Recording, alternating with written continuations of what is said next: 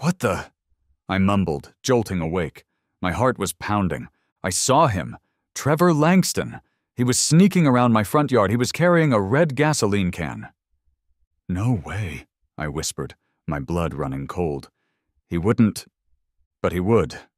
I watched in horror as Trevor started dousing my sculptures, my murals, my art, with gasoline.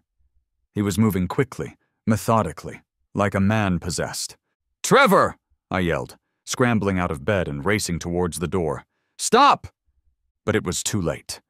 "No!" I screamed, running towards the inferno. Neighbors started pouring out of their houses, awakened by the commotion and the smoke. "Oh my God!" someone yelled. "What happened?" "It's Trevor!" I shouted, pointing at him. "He set it on fire! He burned it all down!" All right, picture this. A perfectly ordinary suburban street in Willow Creek Estates. Rows of houses, each one looking remarkably like the next, all manicured lawns and beige siding. And then, there's my house.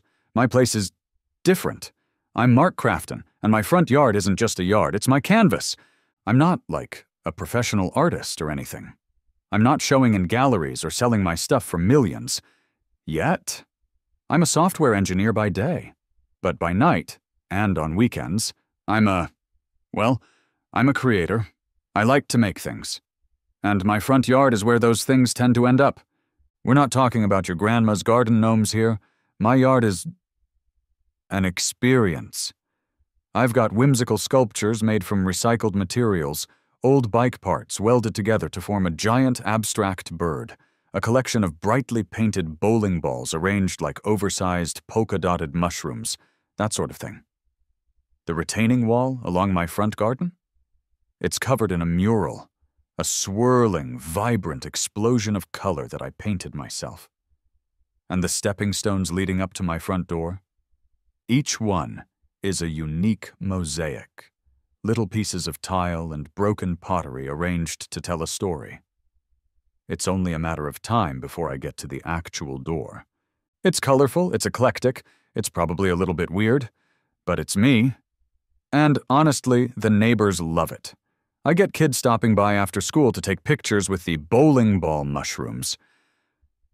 Local artists have actually complimented my work, which, let me tell you, is a huge ego boost. Even people just driving by will slow down, roll down their windows, and yell, "Cool yard!" It's a little pocket of unexpected joy in the middle of beige suburbia. And then it arrived. The letter. I should have known. Things were going too well. I was actually starting to enjoy living in Willow Creek Estates. That was my first mistake. The envelope was sitting there, on my porch, innocently tucked between a pizza flyer and a coupon for carpet cleaning. But I recognized it immediately. That thick, cream-colored paper, that official-looking Willow Creek Estates Homeowners Association logo, it was the HOA equivalent of a death warrant. My immediate reaction? Oh, not again. This wasn't my first rodeo with the HOA. They'd previously complained about my mailbox being too whimsical. It was shaped like a cat, and my wind chimes being too melodic. Apparently, wind chimes are only allowed to produce soothing, muted tones. I ripped open the envelope, already bracing myself for the latest round of bureaucratic absurdity. "Violation notice," it read, in that cold, impersonal font they always use. "Outdoor decorative displays. It has come to the attention of the Architectural Review Committee that your property contains numerous unauthorized outdoor decorative items. These displays do not align with the community's uniform aesthetic and are in violation of Section 3, Paragraph B of the Covenants, Conditions, and Restrictions. Please remove all unauthorized decor within 14 days or face potential fines." Uniform aesthetic? I scoffed. What was this, North Korea? Were we all supposed to have identical beige houses with identical beige lawns and identical beige lives? I had to call someone. I grabbed my phone and dialed Dave, my best friend, and a fellow sufferer of HOA nonsense, though his HOA was thankfully slightly less tyrannical than mine. "Dave," I said, my voice dripping with sarcasm, "they're coming for my art now. My art! They're saying it's not uniform. Can you believe that?" Dave, who'd seen my yard and appreciated its unique charm, chuckled. "Sounds like Trevor's on another one of his power trips, Mark. He probably saw a color that wasn't beige and had a heart attack." "Trevor Langston," I growled. I should have known. Trevor was the vice president of the HOA, and, as far as I could tell, his sole mission in life was to make sure Willow Creek Estates remained the most boring, aesthetically homogeneous neighborhood in the entire state. "Don't let him get to you, man," Dave said. "Fight the power. Fight for your right to, have weird bowling ball sculptures in your yard." "Damn right I will," I said, my resolve hardening. This wasn't just about my yard anymore. This was about artistic freedom. This was about the right to be different. This was war. The next HOA meeting was my chance for a showdown. I was going to defend my art, my yard, and my right to express myself, even if that expression involved recycled bike parts and brightly colored paint. I prepared like I was going into battle. I printed out photos of my yard, highlighting its artistic merit. I used that phrase a lot. I gathered letters of support from neighbors who appreciated my unique contributions to the community, mostly kids and the local artists. And of course, I had a copy of the HOA guidelines, ready to dissect them like a legal surgeon. The meeting was held, as always, in the Willow Creek Estates Community Center, a room that could best be described as aggressively beige. The walls were beige, the carpet was beige, the chairs were beige. Even the air seemed beige. It was a room designed to suck the joy out of life, one neutral-toned wall at a time. There were inspirational posters. Conformity is key, which didn't do much to inspire me. And then he walked in. Trevor Langston, the tyrant of taste, the sultan of sameness, well, you get the picture. HOA vice president, and the man who apparently had a personal vendetta against anything that wasn't beige, bland, and utterly boring. Trevor was the embodiment of everything I hated about HOAs. He was a middle-aged guy with a neatly trimmed mustache, a perpetually smug expression, and the kind of rigid posture that suggested he'd swallowed a yardstick. He was wearing a polo shirt tucked into khaki pants, the unofficial uniform of the aggressively conformist. He took his place at the head of the table, adjusted his microphone, and launched into a PowerPoint presentation. The title slide read, "Maintaining a Clean, Orderly, and Respectable Neighborhood Appearance, a Guide to Compliance." I rolled my eyes. This was going to be painful. Trevor droned on and on about the importance of uniformity, harmony, and curb appeal. He showed slides of approved front yards, perfectly manicured lawns, symmetrical flower beds, maybe a tasteful garden gnome or two, nothing over 12 inches, of course. It was like looking at a catalog of suburban blandness. And then he got to my yard. A picture of my colorful, whimsical, wonderfully weird front yard flashed on the screen. The caption read, "Exhibit A Eyesore." Eyesore? I almost choked on my own outrage. "As you can see," Trevor said, his voice dripping with disdain, "Mr. Crafton's property is, well, it's a blight on our otherwise pristine community. This so-called art," he practically spat the word, "is an affront to everything we stand for. It lowers property values. It's chaotic. It's unneighborly." He made it sound like I'd erected a giant, flaming middle finger made of garbage in my front yard. I stood up, ready to defend my artistic honor. "Trevor," I began, trying to keep my voice calm and reasonable. It was a struggle. "With all due respect, there's nothing in the HOA guidelines that specifically bans outdoor art. I'm not violating any rules." I pointed out that other houses in the neighborhood had decorative features, garden fountains, statues, even those tacky pink flamingos. "And my display has been here for years," I added. "No one's ever complained before. In fact, most people like it." I even tried to appeal to his, apparently non-existent, sense of humor. "Trevor, it's art. It's supposed to be expressive, to bring joy, to spark conversation. It's not hurting anyone." Trevor just waved his hand dismissively, as if swatting away a pesky fly. "This is my neighborhood, Mr. Crafton," he said, his voice rising in volume and self-importance. "And I say it goes. It's not art, it's clutter. It's unacceptable." "Unacceptable," I muttered under my breath. "We'll see about that." A plan was already forming in my mind. A glorious, ridiculous, art-fueled plan. If Trevor Langston thought my current yard was an eyesore, well, he hadn't seen anything yet.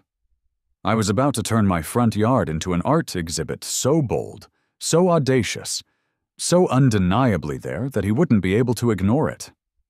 It was time for an artistic revolution. Okay, so after that disastrous HOA meeting, I was fuming. But I'm not the type to just sit around and complain. I'm a doer, a problem solver, I'm a guy who really, really likes his quirky yard art and really, really dislikes being told what to do by petty tyrants like Trevor Langston. "Right," I said to myself, pacing my living room. "Time to fight fire with... well, not fire. Fire would probably be frowned upon. Time to fight fire with legal loopholes." My weapon of choice? The dreaded Willow Creek Estates HOA covenants, conditions, and restrictions.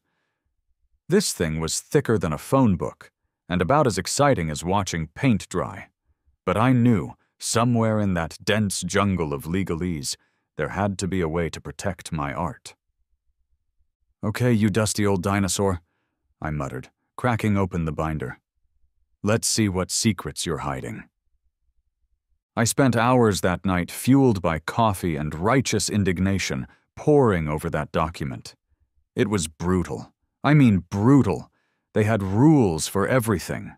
The height of your grass, the color of your mailbox, the type of bird feeder you were allowed to have.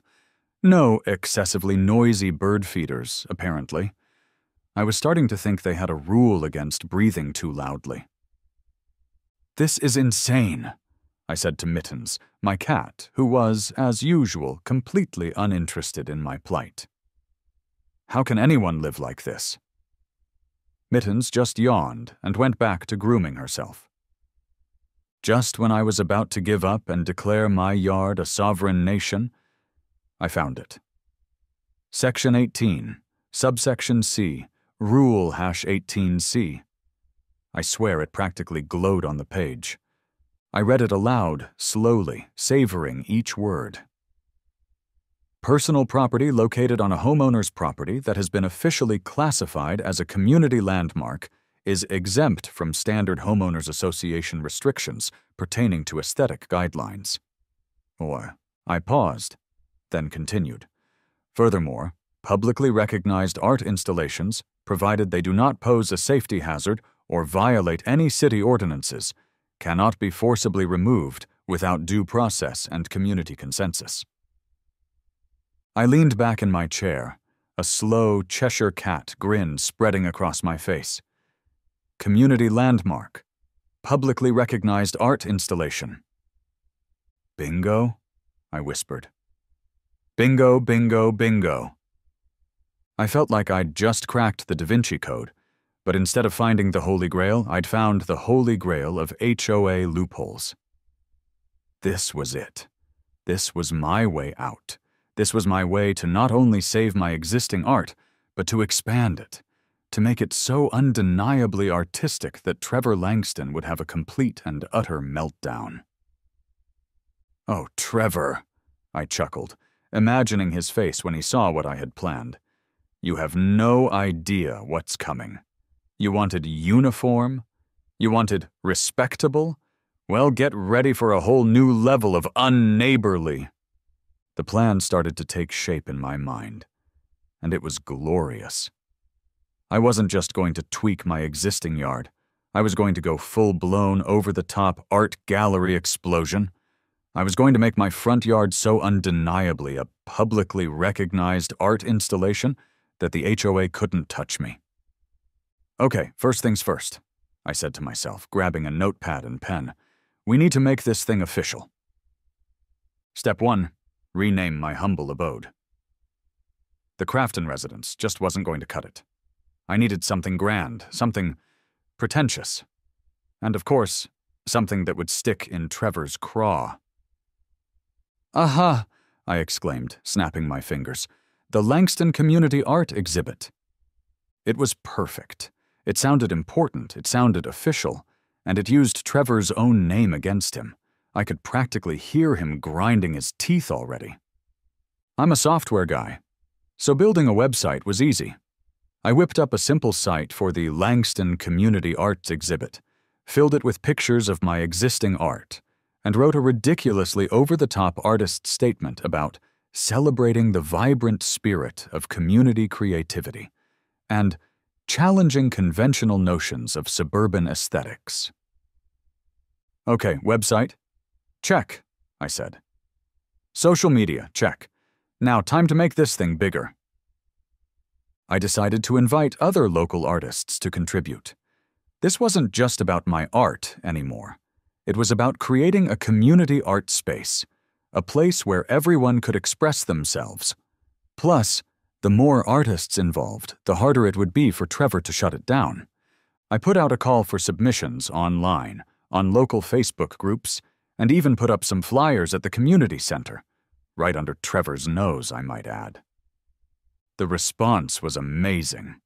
I had painters, sculptors, mosaic artists, even a guy who made art out of recycled bottle caps, all wanting to be part of the Langston Community Art Exhibit. This is perfect, I said to Dave over the phone. The more, the merrier, the more art, the better. You're going to drive Trevor insane, Dave said, laughing. I can't wait to see it. Next, I needed to make it officially official. I went down to the local historical society, which in Willow Creek Estates was basically just a dusty room in the library staffed by a sweet but slightly batty old lady named Agnes. Agnes, I said, leaning in conspiratorially, I need your help. I'm creating a community landmark, a cultural institution, a beacon of artistic expression. Agnes, who'd always been a fan of my unusual yard decorations, was immediately on board. She helped me draft a very official-sounding declaration, proclaiming my yard a public cultural space. Now we just need a plaque, I said. Agnes, bless her heart, knew a guy who made trophies and plaques.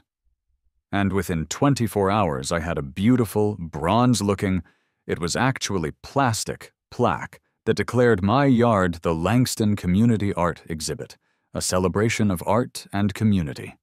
I installed it right next to my driveway, in plain sight. Okay, Trevor, I muttered, admiring my handiwork. Let's see you try to argue with that. The final step was to get listed in some local tourism guides. I figured, if I could get my yard listed as an attraction, even a minor one, it would solidify its status as a publicly recognized art installation. I contacted the local tourism board, sent them some pictures, and spun a tale about how my yard was a hidden gem and a must-see for art lovers visiting Willow Creek Estates. I even created a fake TripAdvisor page, filling it with glowing reviews, mostly written by me and my friends, under assumed names. 5 stars, a truly unique and inspiring art experience, I wrote under the name Art Lover 72. Move over, Louvre. The Langston Community Art Exhibit is here. And then, the real fun began. The transformation. My yard, already a pretty colorful place, was about to become an explosion of artistic expression. Sculptures started popping up like mushrooms after a rainstorm. Murals bloomed on every available surface. It was glorious. It was chaotic. It was art. And Trevor Langston was going to hate it. The day had finally arrived. The Langston Community Art exhibit was officially open. I'd put up signs, sent out emails, and even posted a notice on the Willow Creek Estates community Facebook page, which I knew Trevor monitored like a hawk. I wasn't charging admission, of course. This was about art, not profit, and also about sticking it to Trevor, but mostly about art. And people came. It started with the neighbors, the usual folks who'd always been supportive of my eccentric, decorating style. But then word started to spread. People from other parts of Willow Creek Estates started showing up. Then people from neighboring towns. I even saw a few cars with out-of-state license plates. Kids were posing for pictures with the recycled metal sculptures. Local artists were admiring the collaborative murals. People were actually reading the ridiculously pretentious artist's statement on my website. It was amazing. It was like my little front yard had become a genuine, bona fide attraction. "This is incredible, Mark," Dave said, shaking his head in amazement. "You actually pulled it off." "I told you," I said, grinning. "Art always wins." And then he arrived. Trevor Langston. I saw his car. A meticulously clean beige sedan, of course, slowly cruising down the street. He hadn't even fully stopped before he saw the crowd and the chaos. He saw the brightly colored sculptures, the murals, the mosaic stepping stones, and, of course, the plaque. The official-looking, historical society-approved plaque that declared my yard a public cultural space. He slammed on his brakes, his car coming to a jerky, almost comical stop right in front of my house. He just sat there for a moment, frozen, his mouth slightly agape, his eyes wide with a mixture of horror and disbelief. It was like he'd driven into an alternate reality, a dimension where beige was banished and art reigned supreme. I gave him a little wave. He didn't wave back. Trevor didn't waste any time. He stormed out of his car and marched up my driveway with the determined stride of a man on a mission to eradicate all traces of unauthorized art from his beloved and beige Willow Creek Estates. "What have you done?" he yelled, his voice cracking with fury, his face turning a shade of red that clashed violently with his pastel-colored polo shirt. This is insanity." He pointed a trembling finger at the nearest sculpture, a whimsical creation made from old garden tools and brightly painted hubcaps. This thing! It's an abomination." I, meanwhile, was the picture of calm. I was standing near one of my new sculptures, casually polishing a piece of recycled metal with a cloth, as if I didn't have a care in the world. "It's an art exhibit, Trevor," I said, my voice smooth and even.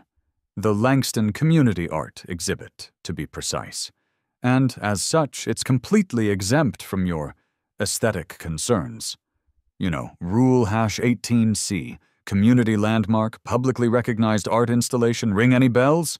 Trevor sputtered, his face now a truly impressive shade of purple. This is a mockery," he exclaimed. "You're turning our neighborhood into a tourist attraction. It's art, Trevor," I interrupted, my voice firm. "And it's staying. It's a community landmark, remember?" I gestured towards the plaque, which gleamed innocently in the afternoon sun. "It says so right there, in very official-looking letters." Trevor looked at the plaque, then back at me, then back at the plaque. He seemed to be on the verge of a complete mental breakdown. This isn't over, Crafton," he finally managed to say, his voice shaking with rage. "I'm calling an emergency HOA meeting. We'll see what the board has to say about this travesty." "Be my guest," I said, shrugging. "I'll bring the art supplies."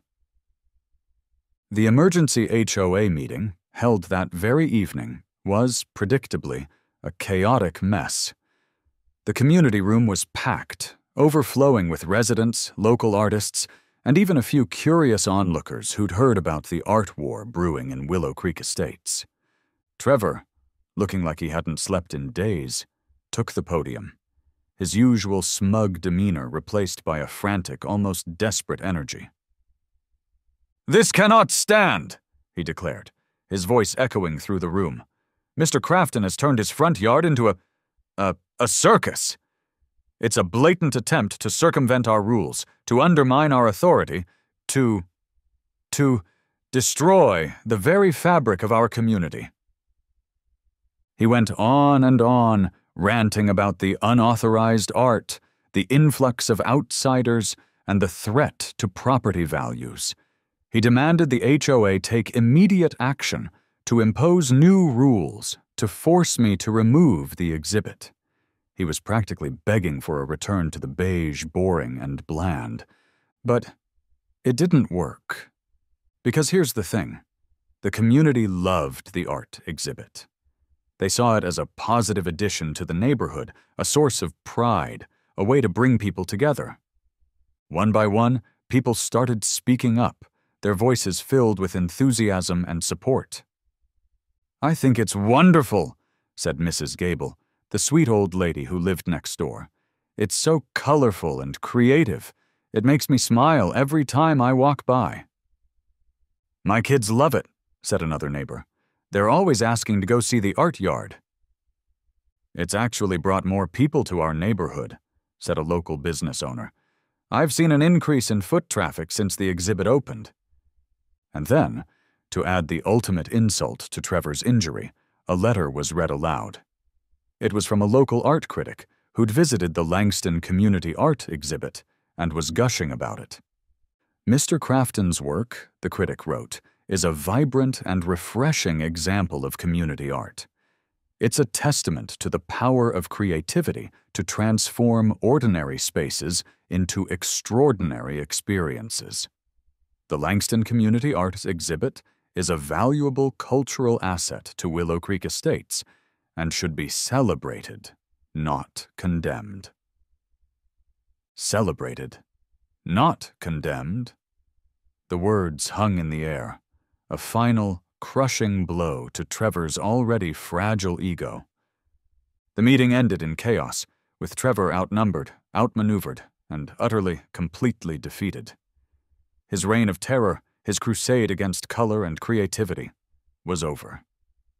The art had won, and the beige, it seemed, had lost. The HOA meeting had been a disaster for Trevor. He'd failed.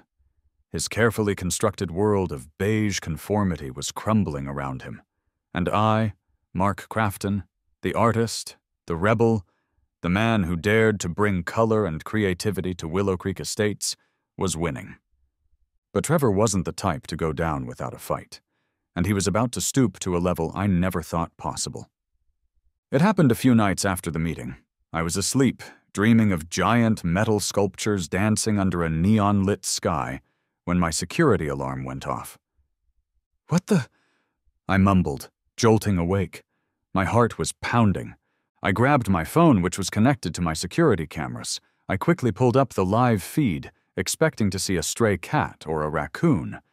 Instead, I saw him, Trevor Langston.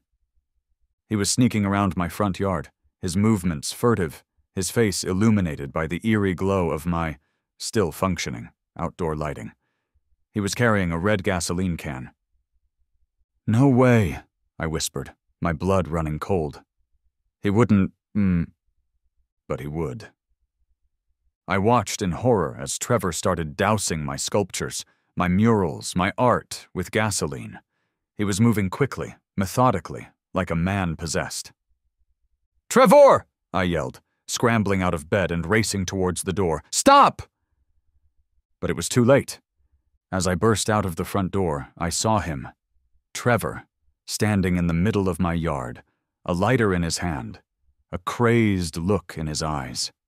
He flicked the lighter, and with a whoosh, the entire exhibit went up in flames. "No!" I screamed, running towards the inferno. The heat was intense, the flames leaping towards the sky, casting flickering shadows on the surrounding houses. My beautiful, whimsical, hard-won art exhibit was being consumed by fire, all because of one man's petty, vindictive rage. Neighbors started pouring out of their houses, awakened by the commotion and the smoke. "Oh my God," someone yelled. "What happened?" "It's Trevor," I shouted, pointing at him. "He set it on fire! He burned it all down!" Trevor just stood there, frozen, staring at the flames, a strange mixture of horror and satisfaction on his face. He looked broken. The fire department arrived within minutes, sirens wailing, lights flashing. They quickly extinguished the blaze, but the damage was done. My yard, my beautiful, vibrant, art-filled yard, was a smoldering ruin. Sculptures were twisted and blackened, murals were reduced to charred outlines, and the air was thick with the acrid smell of smoke and burnt plastic. The police arrived shortly after, and the investigation began. It didn't take long. My security cameras had captured the entire thing. Crystal clear footage of Trevor Langston, HOA vice president, committing felony arson. "Well, Trevor," I said, shaking my head as the police officers led him away in handcuffs, "I guess you finally found a way to get rid of my art. You happy now?" He didn't answer. He just stared straight ahead, his face a blank mask, his eyes filled with a mixture of shame and emptiness. The aftermath was surreal. Trevor Langston was, of course, the talk of Willow Creek Estates. He was publicly disgraced, forced to resign from the HOA, and ultimately forced to move away. His house went on the market almost immediately. I heard he ended up living in a tiny apartment downtown, far away from the artistic menace he'd tried to destroy. The HOA, meanwhile, was in shambles. They were facing a massive lawsuit from me for harassment, property damage, and, I don't know, emotional distress caused by excessive beigeness. They were also facing the wrath of the community, who were outraged by Trevor's actions. But amidst the chaos and the legal battles, something amazing happened. The community rallied around me. Neighbors, friends, even people I'd never met before, offered their support. They brought food, they offered to help me clean up the mess, and they expressed their outrage at what Trevor had done. Local artists, the ones who had contributed to the exhibit, were especially supportive. They offered to help me recreate my work, to make the Langston Community Art exhibit even bigger and better than before. Museums and art galleries contacted me. Offers of donations, materials, even offers of help with rebuilding. "We're not going to let him win, Mark," Dave said, putting a hand on my shoulder. "We're going to rebuild, and it's going to be epic." And so we did. We cleared away the debris, salvaged what we could, and started from scratch. But this time, we weren't just rebuilding. We were creating. We were building something new, something stronger, something that would stand as a testament to the power of art, the power of community, and the power of not letting the bastards grind you down. We used more durable materials this time: metal, stone, concrete. We made the sculptures bigger, bolder, and more fire-resistant, just in case. We expanded the murals, adding new layers of color and meaning. We even installed a state-of-the-art sprinkler system, just for good measure. The Langston Community Art exhibit, reborn from the ashes, became a symbol of resilience, of creativity, of the enduring human spirit. It became a permanent fixture in Willow Creek Estates, a real community landmark, recognized and celebrated by the city. My story even went viral. I was interviewed by newspapers, magazines, and even a few national news outlets. "The artist who took down the HOA with art and a little bit of fire," the headlines read. I became a minor internet celebrity, the poster boy for artistic rebellion against HOA tyranny. Then one day, movers showed up, working on a house down the street. It appeared new neighbors were moving in. A few weeks later, I was out in my yard, admiring my new, improved, indestructible art exhibit, when the new neighbors, a young couple, approached me. "Excuse me," the woman said. "We're new to the neighborhood, and we were just wondering, what's the story behind this amazing art exhibit?" I grinned, leaning against a giant metal sculpture of a phoenix rising from flames. A new addition, naturally. "Oh, this?" I said, gesturing around at the vibrant, colorful, utterly unbeige landscape. "It's a bit of a long story. It all started with a little HOA misunderstanding." I proceeded to tell them the whole saga, from the first violation notice to Trevor's fiery meltdown to the triumphant rebirth of the art exhibit. They listened, their eyes wide with a mixture of amusement and disbelief. "Wow," the man said, shaking his head. "That's incredible." "You're a legend," the woman added, smiling. "I try," I said with a shrug. I looked around at my yard, at the art, at the community that had rallied around me.